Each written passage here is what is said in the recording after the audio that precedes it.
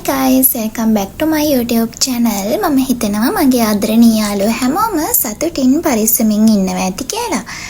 ඔයා මගේ channel එකට අලුතින් එකතු වෙන කෙනෙක් නම් මම හසිනි. ඉතින් ඔයාලට පුළුවන් මගේ channel එක subscribe කරගෙනම වීඩියෝ එක බලන්න. මම අද මේ වීඩියෝ එකෙන් ඔයාලත් එක්ක share කරගන්නේ මගේ room එක clean කරන වීඩියෝ එක. ඉතින් එහෙනම් මම හිතනවා ඔයාලා මේ වගේ වීඩියෝස් බලන්න කැමති වෙයි කියලා. ඉතින් එහෙනම් වීඩියෝ එක දිගටම බලාගෙන ඉන්න. ඇත්තටම මම රූම් එක ක්ලීන් කරගන්නේ මේ රූම් එක අපිරිවෙල වෙච්ච නිසාම නෙමෙයි. සාමාන්‍යයෙන් මගේ මයින්ඩ් එකට චුටි වෙනසක් රිලැක්ස් එකක් කරනවා මම මේ වගේ දේවල් කරන්න පුරුදු වෙලා ඉන්නවා. ඉතින් ඔයාලගේ ජීවිතවලත් ඇති ඔයාලගේ ජීවිතේ වෙනසක් කරනවා මෙන්න මේ දේ කරාම හොඳයි කියලා හිතෙන දේවල්. ඉතින් මම මේ රූම් එක ක්ලීන් කරන්නේ මගේ මයින්ඩ් එකට චුටි රිලැක්ස් එකක් ඕන නිසා. මම සාමාන්‍යයෙන් මේ වගේ වෙලාවට තමයි මම ගැන එතකොට මගේ පවුල ගැන මගේ අනාගතය ගැන හිතන්නේ මේ වගේ වෙලාවට.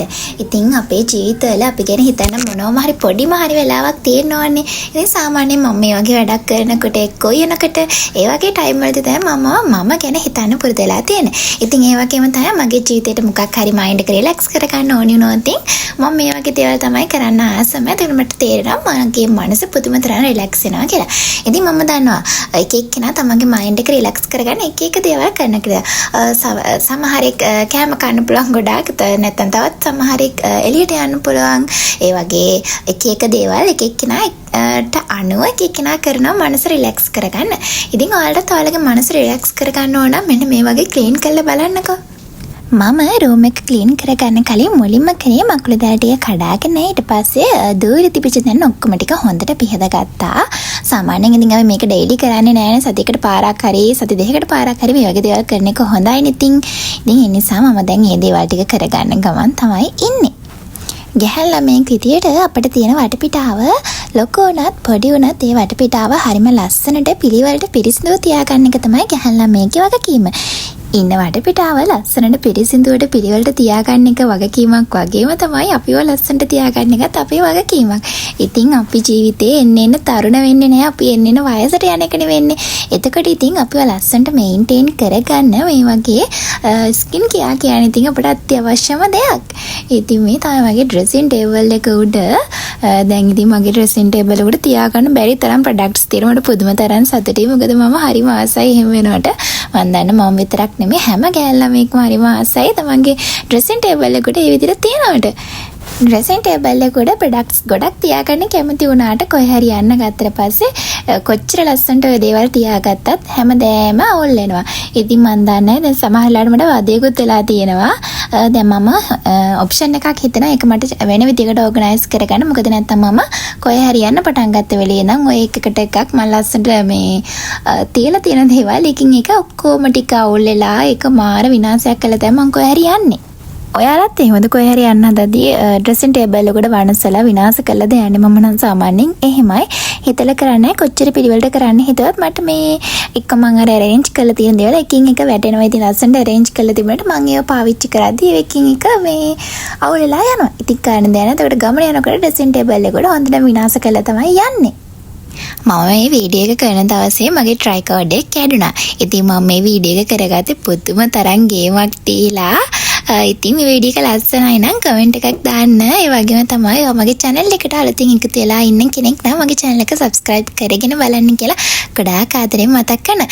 ඉතින් මම හැම වීඩියෝ එකකම ඔක කිව්වට කවුරුත් එහෙම කරන්නේ නැහැ. සාමාන්‍යයෙන් වීඩියෝ එක බලලා සමහර කට්ටිය ඉන්න කමෙන්ට් එකක් like එකක්වත් දාන්නේ නැතුව යන කට්ටිය ඉතින් මම ආදරෙන් මතක් කරනවා. ඉතින් ඔයාලා කැමති නම් like එකක් දාලා කමෙන්ට් එකක් දාලා මගේ channel එක subscribe කරගෙන යන්න කියලා. ඩ්‍රෙසින් ටේබල් එක උඩත් ලස්සනට ඕගනයිස් කරගෙන මම දැන් හදන්නේ මගේ බෑග්ස් ටික ලස්සනට ඕගනයිස් කරගන්න. ඉතින් බෑග්ස් කියලා කිව්වට මට ගොඩාක් ලොකු බෑග්ස් නෑ.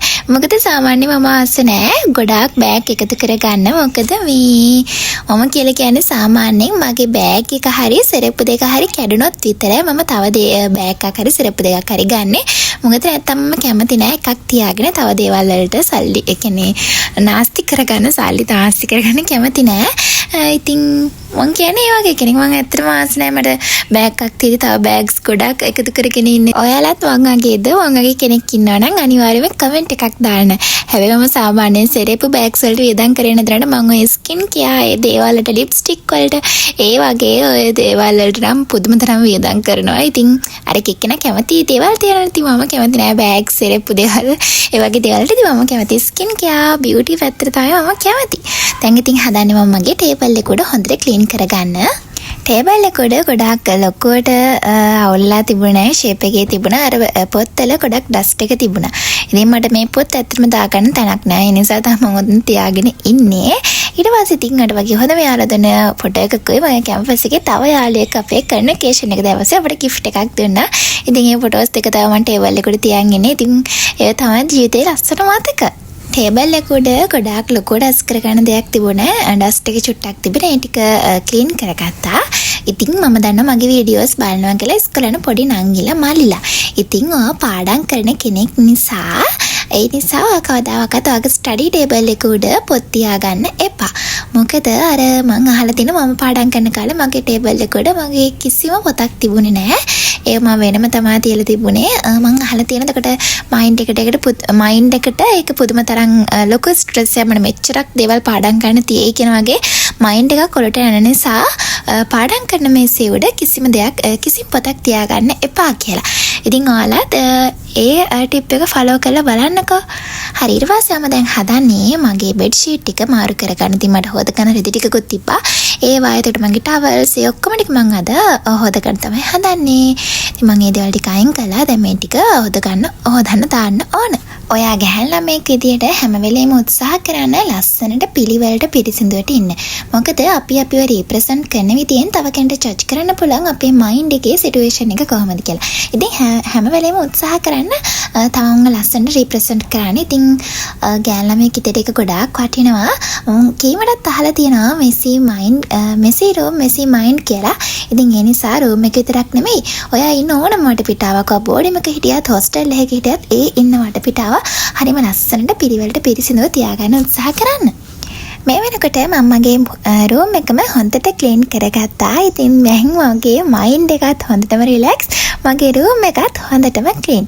ඉතින් මම මගේ මයින්ඩ් එක රිලැක්ස් කරගන්න තෝරගත්ත මේ විදියට මම පුදුව තරම් ආසයි. රූම් එක විතරනේ මම හරිම ආසයි මේ වෙලාවට ක්ලීන් කරන්න. ඉතින් ඔයාලත් try කරලා බලන්නකෝ ඔයාලගේ මයින්ඩ් එක රිලැක්ස් කරගන්න මේ විදියත්. හරි. ඉතින් ඔයාලා මම දන්නවා ගොඩාක්ම කැමති මගේ channel එකට වඩා ගොඩාක් එකතු වෙලා ඉන්නේ බියුටි පැත්තට බර වීඩියෝස් බලන්න කැමති කට්ටිය කියලා. ඉතින් ඒ නිසාමද කොහේ මම ඩේ vlogs දැම්මට මේ වගේ වීඩියෝස් දැම්මට මගේ වීඩියෝස් රීච් නොවෙන්නේ. ඒකට මට ප්‍රශ්නයක් නෑ. මොකද මම සාමාන්‍යයෙන් වීඩියෝස් එඩිට් කරන්න ඒ දේවල් වලට පුදුම තරම් ආස නිසා තමයි මම YouTube කියන එක කරන්නේ. ඉතින් ඔයාලට ඊළඟට ඕනි මොන වගේ වීඩියෝ එකක්ද කියලා මට කමෙන්ට් එකක් දාන්න. එතන උනට පුළුවන් ඔයාලා කැමති විදිහේ වීඩියෝ එකක් අරගෙන එන්න. ඉතින් මේ තියෙන්නේ මගේ පුංචි කාමරේ. ඉතින් එහෙනම් අදට ගෙහින් එන්නම් මගේ ආදරණීය යාළුවෝ හැමෝම සතුටින් පරිස්සමින් ඉන්න. ඔයා මගේ channel එකට අලුතින් එකතු වෙන කෙනෙක් නම් channel එක subscribe කරගෙන යන්න කියලා ගොඩාක් ආදරෙන් මතක් කරනවා. ඉතින් එහෙනම් ගෙහින් එන්නම්. bye bye.